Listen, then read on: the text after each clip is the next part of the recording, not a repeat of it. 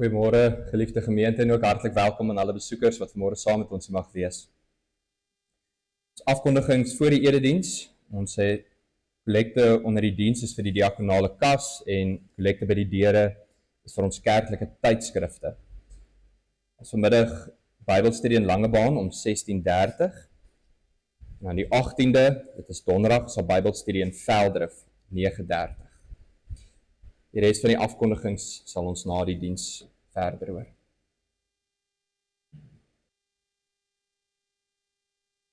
Kom ons val in eerbetoon voor hom neer.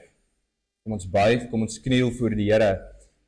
Hy is ons God en ons is sy volk, sy kudde, sy skape deur sy hand versorg. Die vir wie God die Vader geroep het, wat hy liefhet en deur Jesus Christus bewaar, mag barmhartigheid, vrede en liefde in oorvloed aan julle geskenk word. Amen. Kom ons staan dan, sing ons saam as loflied, Psalm 111. Ons sing saam vers 2, vers 4 en vers 5. Vers 2, die belydenis, die Here se dade is enkel majesteit, aanbiddelik sy heerlikheid en sy geregtigheid oneindig. Sy wonders staan in rots gegrif en sy genade in eeu geskryg, vir al wie arm en elendig is. Ons staan dan, sing ons saam Psalm 111, vers 2, vers 4 en vers 5.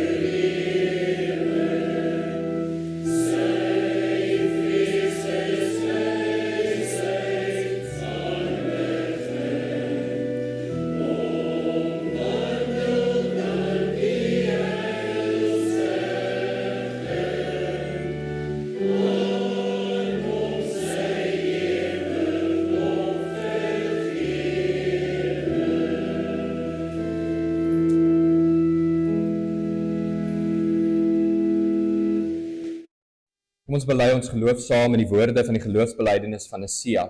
Ons sê saam in ons harte. Ons glo in een God, die almagtige Vader, die skepper van hemel en aarde, van alle sigbare en onsigbare dinge. En in een Here Jesus Christus, die eniggebore Seun van God, voor al die eeue uit die Vader gebore. Hy is God uit God, lig uit lig, ware God uit ware God, gebore en nie gemaak nie, een in wese met die Vader, deur wie alles tot stand gekom het. Hy het ter wille van ons, mense en ons saligheid uit die hemel neergedaal. Hy het deur die Heilige Gees uit die Maagd Maria vlees geword. Hy het mens geword. Onder Pontius Pilatus is hy vir ons gekruisig. Hy het gelei en is begrawe. Op die derde dag het hy volgens die skrifte opgestaan en het hy na die hemel opgevaar. Hy sit aan die regterhand van die Vader en hy sal met heerlikheid terugkom om die lewendes en die dooies te oordeel. In sy koningskap sal daar geen einde wees nie. Ons glo in die Heilige Gees wat Here is en lewend maak. Hy gaan van die Vader en die Seun uit en hy word saam met die Vader en die Seun aanbid en verheerlik. Hy het deur die profete gespreek. Ons glo aan een heilige algemene en apostoliese kerk. Ons bely een doop tot vergifnis van die sondes. Ons verwag die opstanding van die dooies en die lewe van die toekomstige bedeling. Amen. Ons luister saam na die wet van die Here. Ons luister en lees vanmôre saam uit Eksodus hoofstuk 20.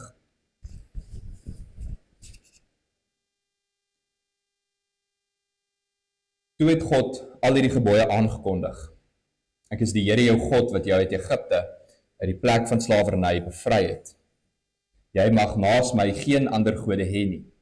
Jy mag nie vir jou 'n beeld of enige afbeelding maak van wat in die hemel daarbo of op die aarde hieronder of in die water onder die aarde is nie. Jy mag hulle nie vereer of dien nie, want ek, die Here jou God, hy is onverdeelde trou aan my. Ek reken kinders die sondes van hulle vaders toe, selfs tot in die derde en vierde geslag van die wat my haat. Maar ek betoon my liefde tot aan die 1000ste geslag van die wat my liefhet en my gebooie gehoorsaam. Jy mag die naam van die Here jou God nie misbruik nie. Die Here sal die een wat sy naam misbruik nie ongestraf laat bly nie. Sorg dat jy die Sabbatdag heilig hou. 6 dae moet jy werk, alles doen wat jy moet, maar die 7de dag is die Sabbat van die Here jou God. Dan mag jy geen werk doen nie. Nie jy, of jou seun of jou dogter, of die man of vrou wat vir jou werk, of enige dier van jou, of die vreemdeling by jou nie. Die Here het in 6 dae die hemel en alles daarin gemaak, die aarde en alles daarop, die see en alles daarin. Op die 7de dag het hy gerus, en daarom het die Here dit as gereelde rustdag geheilig. Eer jou vader en jou moeder, dan sal jy lang bly woon in die land wat die Here jou God vir jou gee. Jy mag nie moord pleeg nie. Jy mag nie egbreek pleeg nie. Jy mag nie steel nie. Jy mag nie vals getuienis teen 'n ander gee nie. Jy mag niemand anders se huis begeer nie. Jy mag nie sy vrou begeer nie, ook nie 'n slaaf of slavin, bees of 'n donkie of enigiets anders wat aan hom behoort nie. Terwyl ons so bly sit, kom ons sing saam Psalm 130, ons sing saam net vers 2.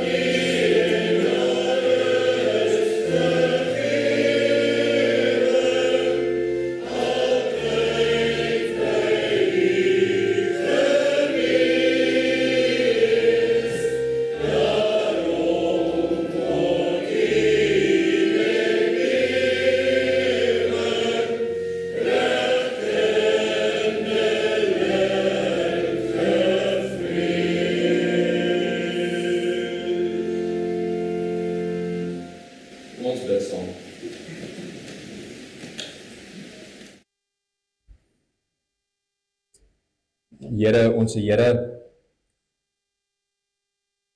ons kom vanmôre voor U as volk, as U kinders wat U uit hierdie wêreld vergader, as mense op soek na hulp en leiding, as mense met gebrokenheid en seer in ons harte.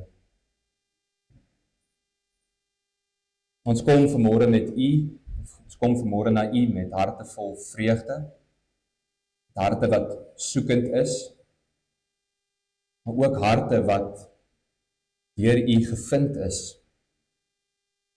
nuwe harte, en U die hart van klip verwyder het en vir ons harte van vlees gegee het. Daarom kom ons as U kinders vanmôre pleitend tot ons Vader en ons bid, Here, wees ons genadig. Wees ons genadig in ons sondeverlorenheid. Wees ons genadig in hierdie dag waar ons weer na U toe kom om U woord te hoor. Skenk ons die genade sodat ons vandag ook kan luister. Dring deur met U woord tot die diepste plekke van ons hart.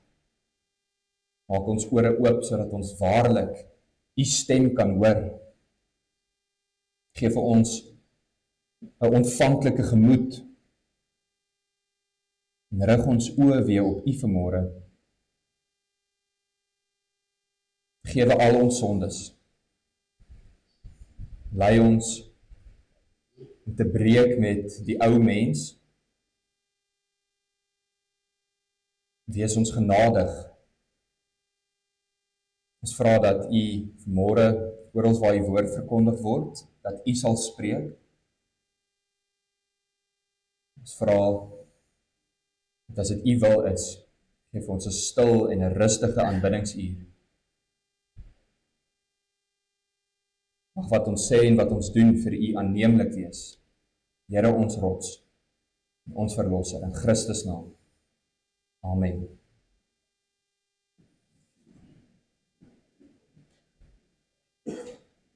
Voordat ons uit die woord van die Here lees, kom ons sing saam van Psalm 95.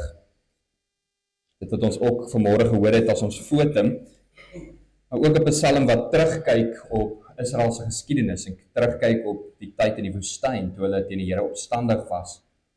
Die belydenis in vers 4: Die Here is ons God en herder is hy. Ons is sy skape, die skape in die wei. En dan die oproep aan die einde van vers 4. Verhard jul nie, maar neig jul oor. Merk op die roep van sy ontferming. Ons sing ook saam vers 5 en vers 6. Kom ons staan, ons sing ons saam Psalm 95 vers 4, 5 en 6.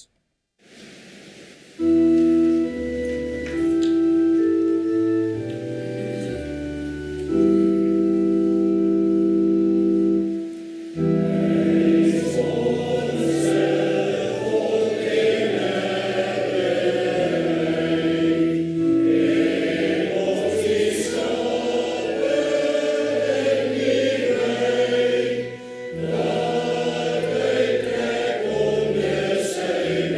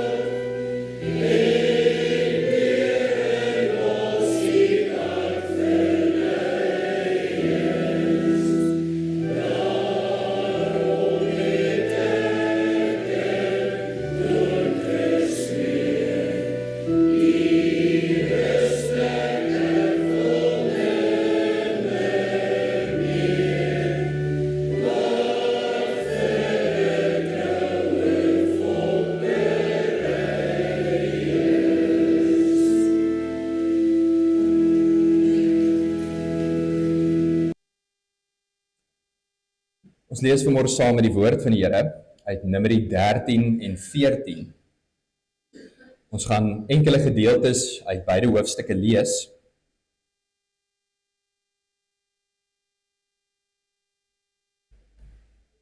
In Numeri 13 lees ons die eerste 3 verse. En die Here het met Moses gespreek en gesê: Stuur vir jou manne uit, dat hulle die land Kanaan, wat ek aan die kinders van Israel sal gee, kan verken. Van elke vaderlike stam moet hulle 1 man stuur, elkeen 'n owerste onder hulle. En Moses het hulle uitgestuur uit die woestyn Paran, volgens die bevel van die Here, hulle almal manne wat hoofde was van die kinders van Israel. Dan hoor ons die name van elke verkenner uit sy stam, en dan lees ons weer vanaf vers 16 verder. Dit is die name van die manne wat Moses gestuur het om die land te verken. En Moses het Hosea, die seun van Nun, Joshua genoem. En Moses het hulle gestuur om die land Kanaan te verken en vir hulle gesê: Trek hier in die suidland op en beklim die gebergte. En bekyk die land, hoe dit is, en die volk wat daarin woon, of dit sterk of swak, of dit min of baie is, en hoe die land is waarin hulle woon, of dit goed of sleg is, en hoe die stede is waarin hulle woon, laars of vestings. Ook hoe die land is, of dit vet of skraal is, of daar bome is of nie, en wees dapper en bring van die vrugte van die land saam. Dit was toe die tyd van die eerste druiwe. En hulle het opgetrek en die land verken, van die woestyn Sin af, tot by Rehob, na die ingang van Hamat. Hulle het in die suidland opgetrek en tot by Hebron gekom, en daar was Ahiman, Sesai en Talmai, die kinders van die Enakiete. En Hebron is 7 jaar voor Soan in Egipte gebou. Daarop het hulle tot by die dal Eskal gekom, en daar 'n rank met 1 tros druiwe afgesny, en 2 het dit aan 'n draagstok gedra, ook van die granate en die vye. Die plek het hulle die dal Eskol genoem, vanweë die tros wat die kinders van Israel daar afgesny het. En na verloop van 40 dae het hulle teruggekom van die land te verken. En hulle het weggegaan en by Moses en Aaron, die hele vergadering van die kinders van Israel gekom, in die woestyn Paran in Kades, en aan hulle berig gebring, en aan die hele vergadering en aan die hele vergadering en hulle die vrugte van die land laat sien. En hulle het hom vertel en gesê: Ons het gekom in die land waarin U ons gestuur het. Waarlik, dit loop oor van melk en honing, en dit is sy vrugte. Maar die volk wat in die land woon is sterk, en die stede is versterk en baie groot, en ons het daar ook die kinders van die Enakiete gesien. En lees ons weer van vers 30. Toe het Kaleb die volk stil gemaak teenoor Moses en gesê: Laat ons gerus optrek en dit in besit neem, want ons kan dit sekerlik oorweldig. Maar die manne wat saam met hom opgetrek het gesê: Ons kan nie teen die volk optrek nie, want hulle is sterker as ons. So het hulle dan slegte gerugte onder die kinders van Israel versprei oor die land wat hulle verken het, deur te sê: Die land wat ons deurgetrek het om dit te verken, is 'n land wat sy inwoners verteer, en al die mense wat ons daarin gesien het, is groot manne. Ons het ook die reuse gesien, die kinders van Enak, die reuse afkomstig. En ons was soos sprinkane in hulle oë, in ons oë, so was ons ook in hulle oë. Dan hoofstuk 14, die eerste 10 verse. Toe het die hele vergadering uitgeroep. Hulle het hulle stem verhef en die volk het die nag geween. Die kinders van Israel het gemurmureer teen Moses, teen Aaron, teen die hele vergadering. Het aan hulle gesê: Ag, as ons maar in Egipte land gesterf het, of as ons maar hier in hierdie woestyn gesterf het. En waarom bring die Here ons na hierdie land om deur die swaard te val? Ons vroue en ons kinders sal 'n byt word. Sal dit nie beter vir ons wees om na Egipte terug te gaan nie? En hulle sê vir mekaar: Laat ons 'n hoof aanstel, na Egipte teruggaan. Toe het Moses en Aaron op hulle aangesig geval voor die hele vergadering van die gemeente van die kinders van Israel. en Joshua die seun van Nun, en Caleb die seun van Jefune, 2 van die wat die land verken het hulle klere geskeur en die hele vergadering van die kinders van Israel toegespreek en gesê, die land wat ons deurgetrek het om dit te verken, is 'n buitengewoon goeie land. As die Here 'n welbehae in ons het, sal hy ons hierdie land inbring en dit aan ons gee, 'n land wat oorloop van melk en honing. Wees nie teen die Here opstandig nie, en wees julle nie bevrees vir die volk van die land nie, want hulle is ons spys. Hulle beskutting het van hulle gewyk, en die Here is met ons, wees nie bevrees vir hulle nie. Toe sê die hele vergadering dat hulle gestenig moet word, maar die heerlikheid van die Here het in die tent van samekoms verskyn voor al die kinders van Israel. Dan vanaf vers 19, Moses se pleit vir die volk. Vergeef tog die ongeregtigheid van hierdie volk na die grootheid van die goedertierenheid, en soos u hierdie volk van Egipte af tot hier toe vergewe het. Toe sê die Here, ek vergewe volgens jou woord, maar so waar as ek leef, en die hele aarde van die heerlikheid van die Here sal vol word. Al die manne wat my heerlikheid en my tekens gesien het, wat ek in Egipte en in die woestyn gedoen het, en my nou al 10 maal versoek het, en na my stem nie geluister het nie, hulle sal die land nie sien nie, wat ek aan hulle vaders met 'n eed beloof het nie. Ja, almal wat my verag het, sal dit nie sien nie. Maar Caleb, my knegt, omdat 'n ander gees in hom was, en hy volhard het om my te volg, hom sal ek bring in die land waarin hy gekom het. Sy geslag sal dit in besit neem. En dan die laaste verse, vers 28 tot 30. Toe sê hulle vir mekaar, sê vir hulle, so waar as ek leef, spreek die Here, waarlik, soos julle voor my ore gespreek het, so sal ek aan julle doen. Julle lyke sal in die woestyn lê, naamlik al die geteldes volgens hulle volle getal van 20 jaar oud en daarbo, julle wat teen my gemurmureer het. Waarlik, julle sal nie land nie inkom, waaroor ek my hand opgehef het om julle daarin te laat woon nie, behalwe Caleb, die seun van Jefune, en Joshua, die seun van Nun. Ons fokusverse is dan uit hoofstuk 13, vers 30 tot 33. Toe het Caleb die volk stilgemaak teenoor Moses en gesê, laat ons gerus optrek en dit in besit neem, want ons kan dit sekerlik oorweldig. Maar die manne wat saam met hom opgetrek het gesê, ons kan nie teen die volk optrek nie, want hulle is sterker as ons. So het hulle dan slegte gerugte onder die kinders van Israel versprei oor die land wat hulle verken het, deur te sê, die land wat ons deurgetrek het om dit te verken, is 'n land wat sy inwoners verteer, en al die mense wat ons daarin gesien het, is groot manne. Ons het daar ook die reuse gesien, die kinders van Enak, van die reuse afkomstig, en ons was so sprinkane in ons oë, so was ons ook in hulle oë. Dan in hoofstuk 14, lees ons vers 7 tot 9. En die hele vergadering van die kinders van Israel toegespreek en gesê, die land wat ons deurgetrek het om dit te verken, is 'n buitengewoon goeie land. As die Here 'n welbehae aan ons het, sal hy ons hierdie land inbring, en dit aan ons gee, 'n land wat oorloop van melk en honing. Wees nie bevrees wees net nie teen die Here opstandig nie. Wees nie vir hulle bevrees vir die volk in hierdie land nie, want hulle is ons spys, hulle beskutting het van hulle gewyk, en die Here is met ons. Wees nie bevrees vir hulle nie. In vers 11. Daarop het die Here aan Moses gesê, hoe lank sal hierdie volk my verag, en hoe lank sal hulle nie in my glo nie, ondanks al die tekens wat ek onder hulle gedoen het. Tot sover uit die woord van die Here. Geliefdes in ons Here, feite bly feite. En 'n feit kan ons sekerlik nie verander nie. Ons kan so hard probeer soos wat ons wil. Ons kan niks aan 'n feit doen nie. Maar wat ons wel kan verander, is hoe ons na feite kyk. Trouwens, ons het selfs verskillende titels wat ons vir mense gee op grond van hoe hulle na feite kyk. Die altyd positiewe en vreugdevolle mens wat sy glas altyd vol is, hom noem ons 'n optimus.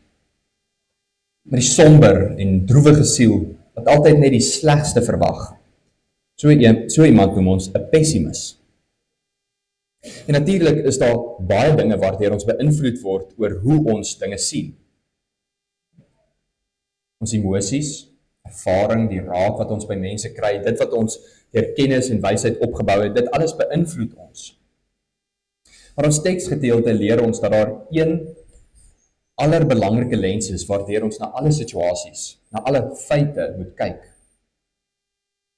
En dit is die lens van geloof en vertroue in God.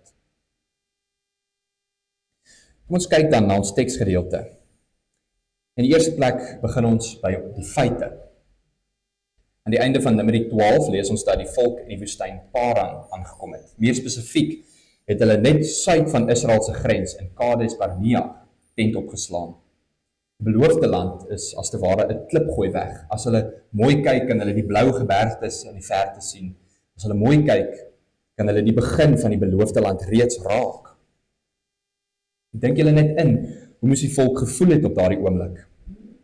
Hoe die Here hulle met kragtige dade en magtige tekens uit Egipte verlos het.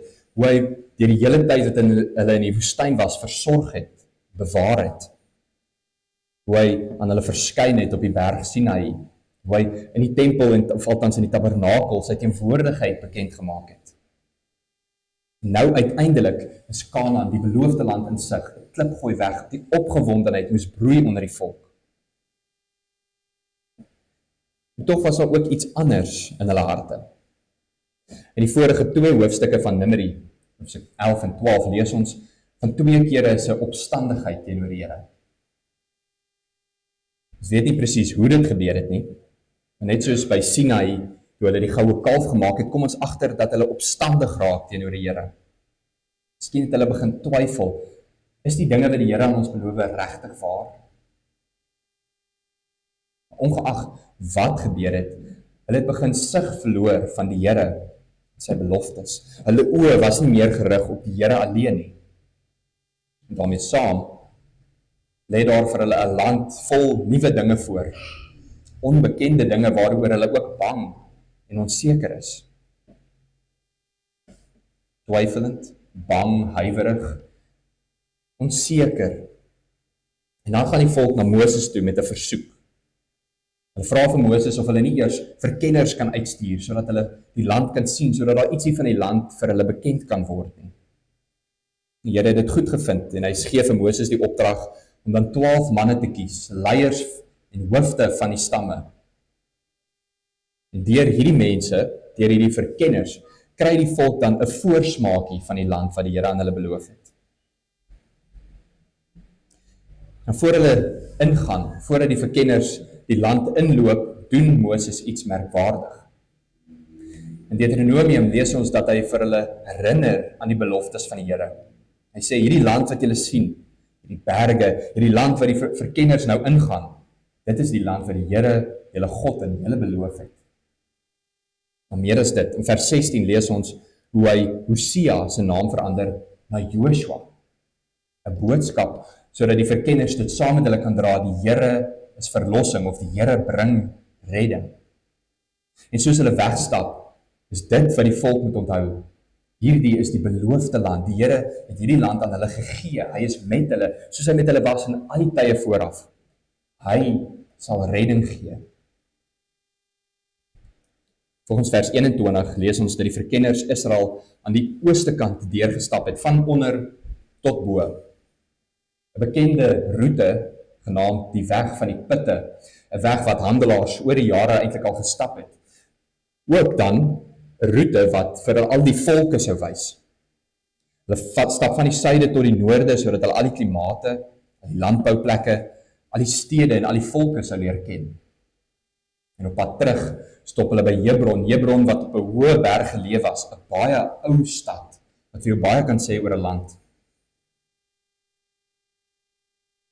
Na 40 dae kom die verkenners uiteindelik terug met 'n eensstemmige verslag. Niemand het verskil oor die feite van dit wat hulle in die beloofde land gesien het nie. Goeie nuus en slegte nuus. Die goeie nuus is Kanaan is 'n vrugbare land.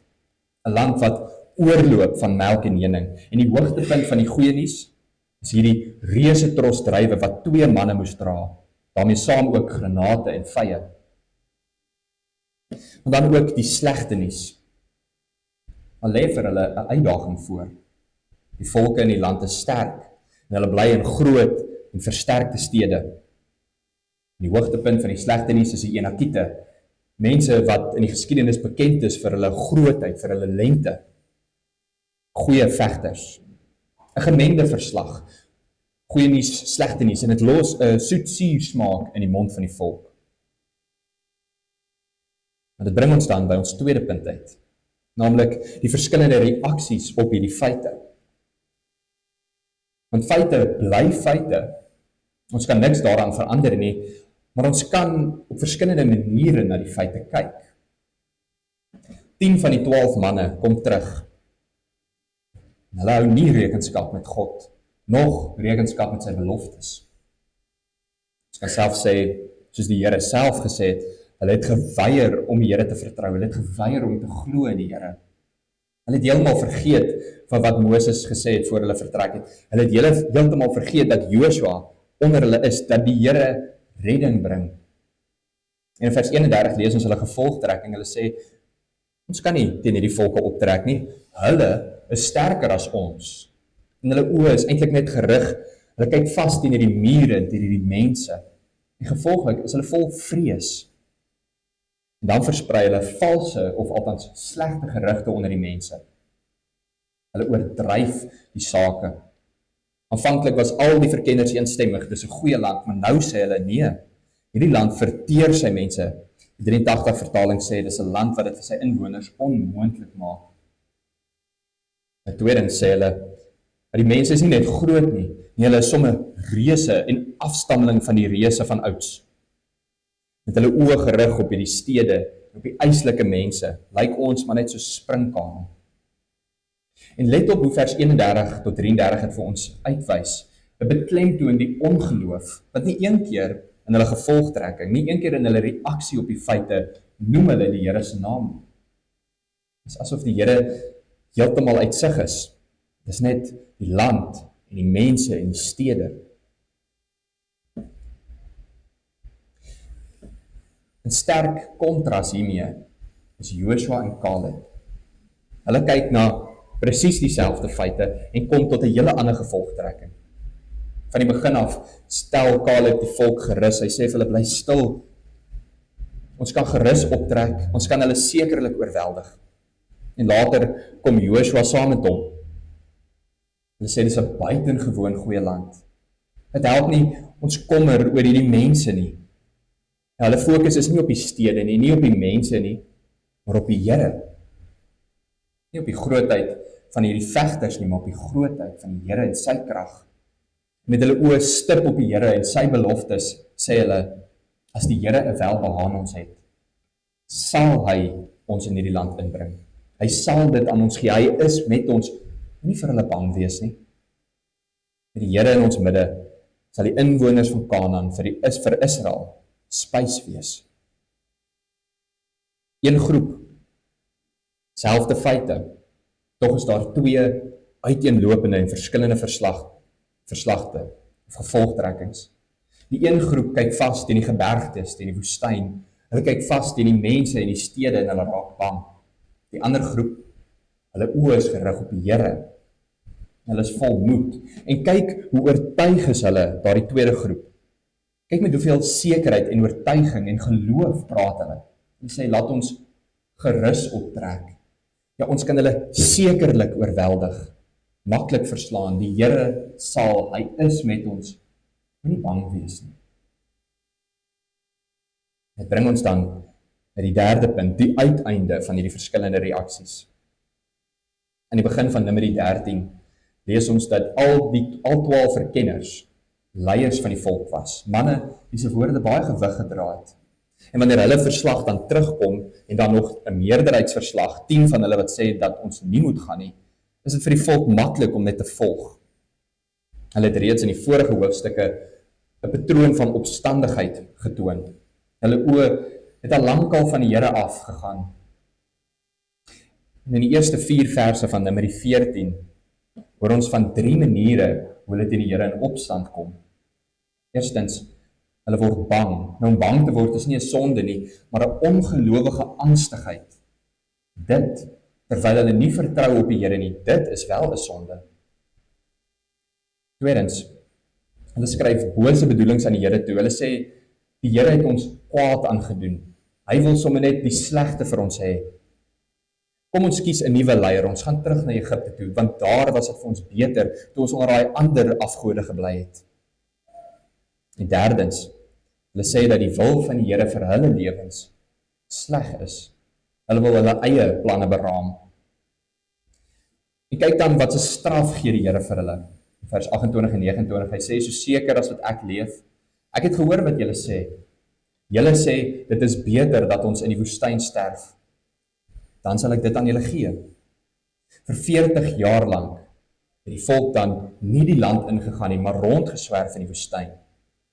Almal, behalwe Caleb en Joshua, hulle wat volhard het om vas te hou in geloof aan die woord en die beloftes van die Here. Hulle het die beloofde land geërf.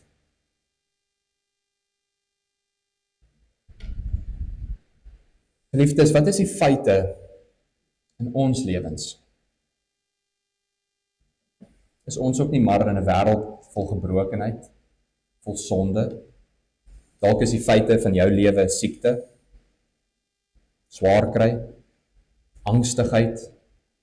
Dalk wag daar slegte nuus, of lê daar slegte tye voor. Ons besef dat die toekoms vir ons almal onseker is, vir ons geliefdes, en ons raak baie keer angstig. Soos die Here Jesus self gesê het, in hierdie wêreld sal julle verdrukking beleef. Dit is 'n feit. En so baie keer word ons bang vir die feite van ons lewe, bang oor die toekoms in hierdie land, bang vir ons kinders. Ons word oorweldig deur die wêreldgebeure in onseker tye. Broers en susters, laat ons dan al hierdie dinge sien, al hierdie feite van die lewe, in die lig van die Here Jesus Christus, in die lig van God en sy beloftes. En net soos die volk toe hulle in die woestyn was, is daar ook vir ons verkenners uitgestuur. 12 manne wat deur die Here Jesus self uitgesoek is, 12 manne wat saam met hom gewandel het en die hele Israel verken het. En wat was die feite wat hulle gesien het? Sonde, gebrokenheid, siekte. Hulle het gesien hoe die duisternis oorlog voer teen die lig. Maar dan het hulle ook die grootheid, die genade van die Here gesien. En op grond van dit wat hulle met hulle oë gesien het, wat hulle gehoor het, wat hulle gevoel het, ja, dis nie net raaiskote nie, dis nie net wat hulle gedink het nie, dit is feite. Op grond van die feite van Christus se geboorte, sy lewe, sy wonderwerke, uiteindelik ook sy lyding, sy kruisdood en sy opstanding. Op grond van daardie feite het die apostels gesê, almal behalwe vir Judas, dit is die moeite werd om al ons geloof en vertroue in hom te plaas. Al moet ons marteldood sterf, al moet ons geen eer en geen roem kry nie. Die feite sê dat dit die moeite werd is.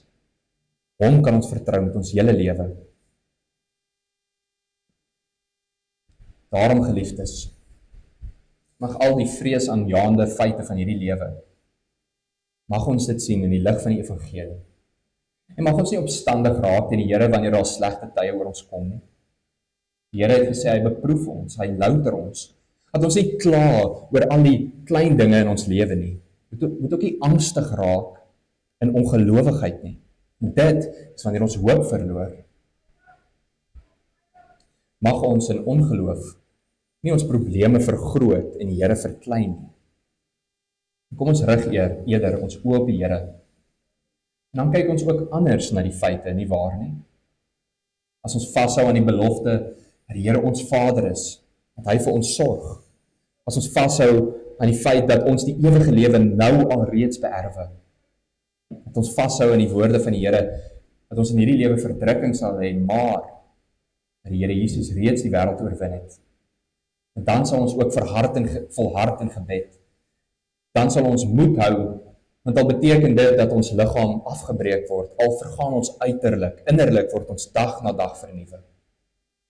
Ons weet ons het 'n heerlikheid wat alles verre weg oortref en wat ewig bly. Daarom hou ons moed.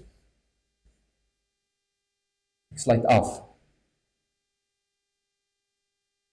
In die lig van die feite van die lewe en die feite van die wêreld, hoe lyk ons toekoms? Baie mense het al daaraan gedink om tou op te gooi. Baie mense het al gedink dat hulle maar net in die bed moet bly lê, want die gewig van die wêreld druk hulle af. Ons weet nie presies wat in ander se lewe aangaan nie, maar ons weet dat dit 'n feit is dat ons almal deur die sonde afgebreek en afgetakel word. En wat sal ons dan van al hierdie dinge sê? Wat is ons gevolgtrekking? Hoe moet ons reageer? Romeine 8. As God vir ons is, wie kan teen ons wees? Hy wat selfs sy eie seun nie gespaar het nie, maar hom ter wille van ons almal oorgelewer het, sal hy ook nie saam met hom alles aan ons skenk nie. Ons weet tog dat die vir wie God liefhet, hy ook alles ten goeie laat meewerk. Amen. Kom ons bid saam. Vader wat in die hemel is, Here, aan U kom toe al die heerlikheid en die mag en die eer. U is die almagtige, die ewige koning, die een wat die wêreld en alles wat daarop is gemaak het. En is ironies dat ons baie keer bang word vir die skepsels, vir die dinge van hierdie skepping, terwyl ons die Here wat alles gemaak het aanbid.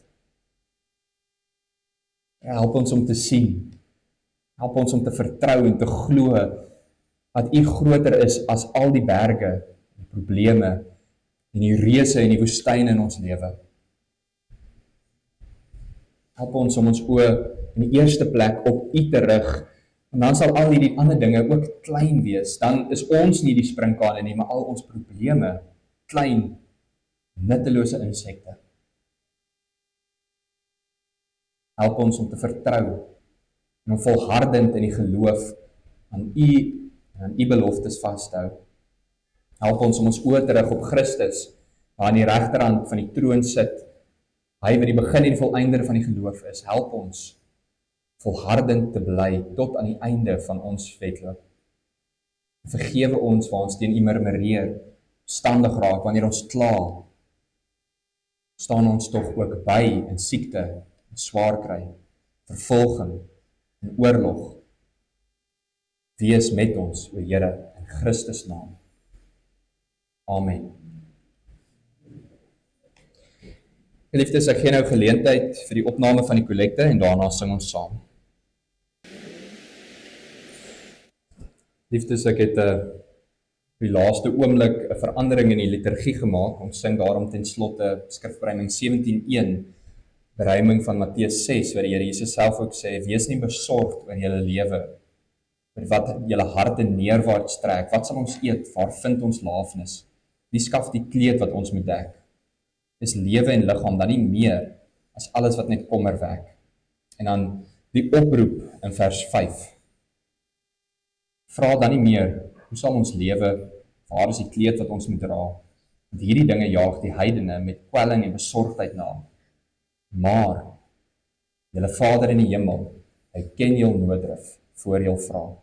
Kom staan en sing ons ten slotte saam die Sursum Corda, skrifbereiding 17:1, vers 1, 2, 3 en 5.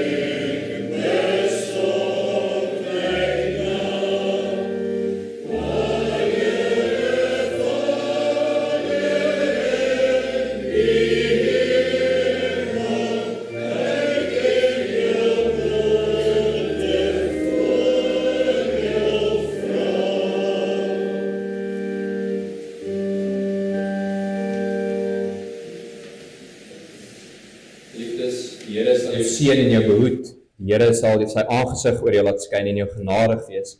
Die Here sal sy aangesig oor jou verhef en aan jou sy vrede gee. Amen.